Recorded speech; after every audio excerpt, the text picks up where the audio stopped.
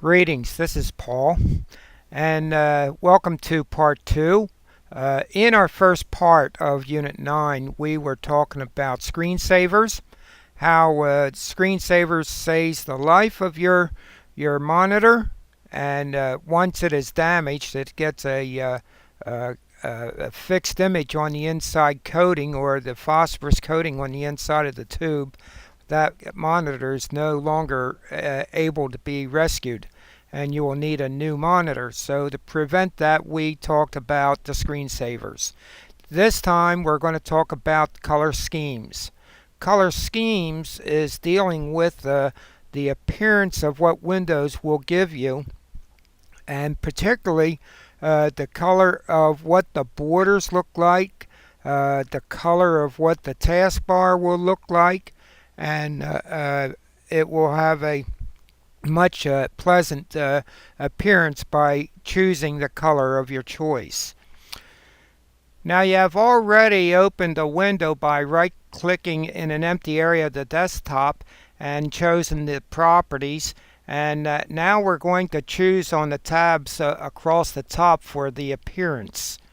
The appearance will give us a selection of the colors we're looking for. It is in this window that we're able to make changes.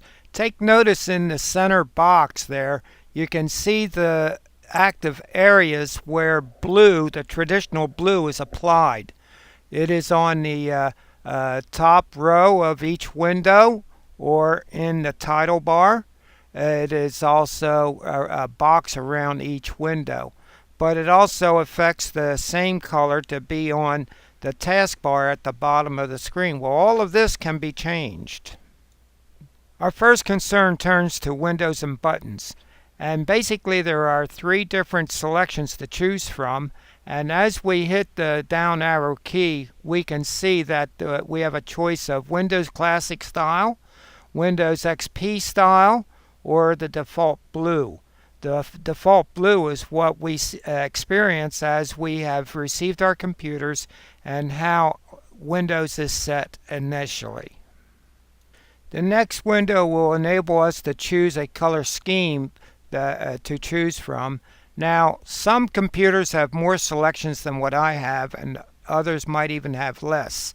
But on my computer, I have a default blue, or I can turn it to the olive green or the silver. Like I said, some computers might have a couple more. However, there are different schemes that you can download from the web as well. Finally, we're able to set the font size to our desire. I have a friend who has macular degeneration, and it's very hard for her to see certain small print. So she has a larger monitor, and instead of leaving the fonts in normal size, she uses the extra large fonts. And I need to make comment on this, that the larger the fonts, the more room it's going to take on your screen. So along with the size of your icons and the size of your fonts, this is going to determine how much room is going to be on your desktop to be able to have various icons. Now for the experienced or the adventurous, there are effects button there that will bring in special touches to your desktop and be able to have something different than what anybody else will have. There's also an advanced tab that will do the same, but different settings. Now remember that across the bottom of this page, this window, you have the OK, Cancel, and Apply button. When you were in the screensavers, you only had to apply and then go into this part without closing down the window. Only when you're finished with the window will you say OK and close down everything at one time. Let me talk a second about the Cancel button. The Cancel button will allow you to back out of this window without making any changes. However, if you use the Apply button, those changes are already made.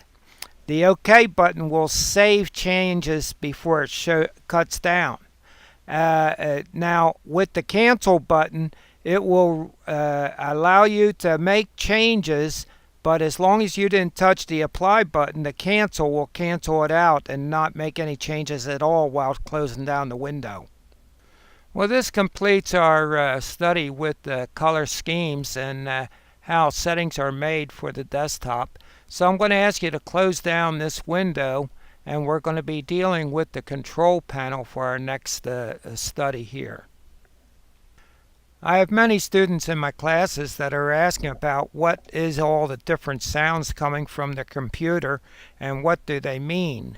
And it is a normal question when you're first starting on the computer for the first time. And what we're doing is we're going to get into the system sound settings and be able to understand exactly what all these sounds mean. To do this, we're going to go into the control panel. To get there, you will go to the Start button, and once you get to the Start button, go to the right column and select Control Panel. And once you get to the Control Panel, we're going to talk about sounds and audio devices. Now note that this is in the classic view, that we have all the different icons laid out in front of us for whatever function we want to use in the control panel. However, this will become a category view, and you will take the classification for sounds, speech, and audio devices. That is on the same selection that will take us into the window of our choice. Whatever the view is from our control panel, we will come up with the same window here that we have for volume on our sound control. Now take notice in the center there is a slide bar that it is either on low volume or high volume. You can raise it and lower it as you wish. However, take notice of the red mark there where the mute button is on at this time. There is a check mark there to place the volume icon in the toolbar, and that makes it easy to raise and lower the sound as you wish and also be able to make the mute. The speaker volume on the bottom is only a summary, and it will not allow you to throw it off balance, but it is there for your view. Now take notice that there is tabs going across the top, just like we viewed with the window that we were with the desktop properties. Well, this time we're going to click on the word sounds on that tab on the top, and it'll bring us into this window. In this window, we can make different changes as we see fit. And we also be able to see the different selections that we can make to also be able to hear the different sounds and realize what they mean. The first part I'd like to talk to you about is the sound scheme. And what happens here is if you make changes to the general settings on the bottom here, you are able to save these as a scheme and be able to recall them. And they will be listed on here. At present, there is My Change, there's Window Default, and then there is a selection where you can have no sounds at all. Whereas it is a good idea to have sounds going on that you know that your computer is responding properly, you can also have it set to no sounds because you're listening to music and you don't want that music to be interrupted. So then you won't have any sounds coming from the system for the different responses that are taking place.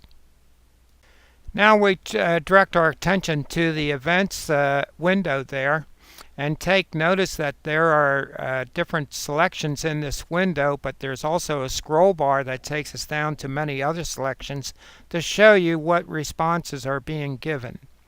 Notice that not all of them has a what is a speaker next to the name. If there is a speaker there, it means that there is a sound assigned to it.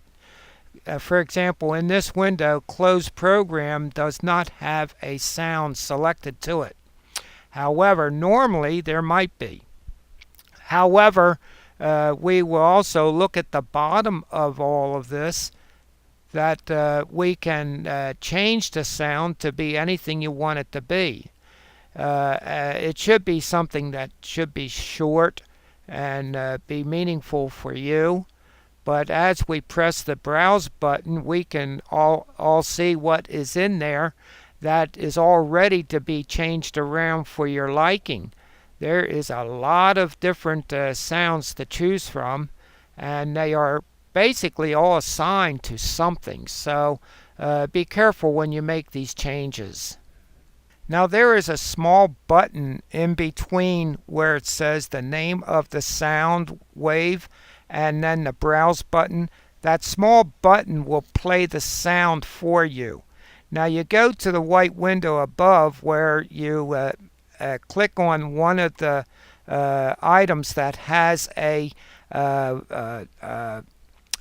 speaker next to it, and you go and press this little button there, and you'll be able to hear what the sound means. And this way you'll pick up what it is happening with your computer as you check out each one of these sounds.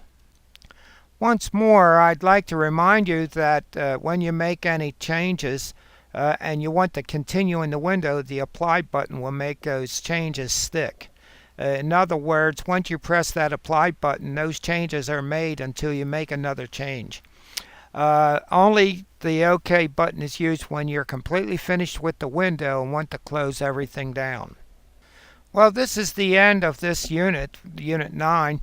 And if you have any comments for me, please send them to me. And it's a check on the page here that will automatically send it to my current email address, and I will respond. I can respond one of two different ways.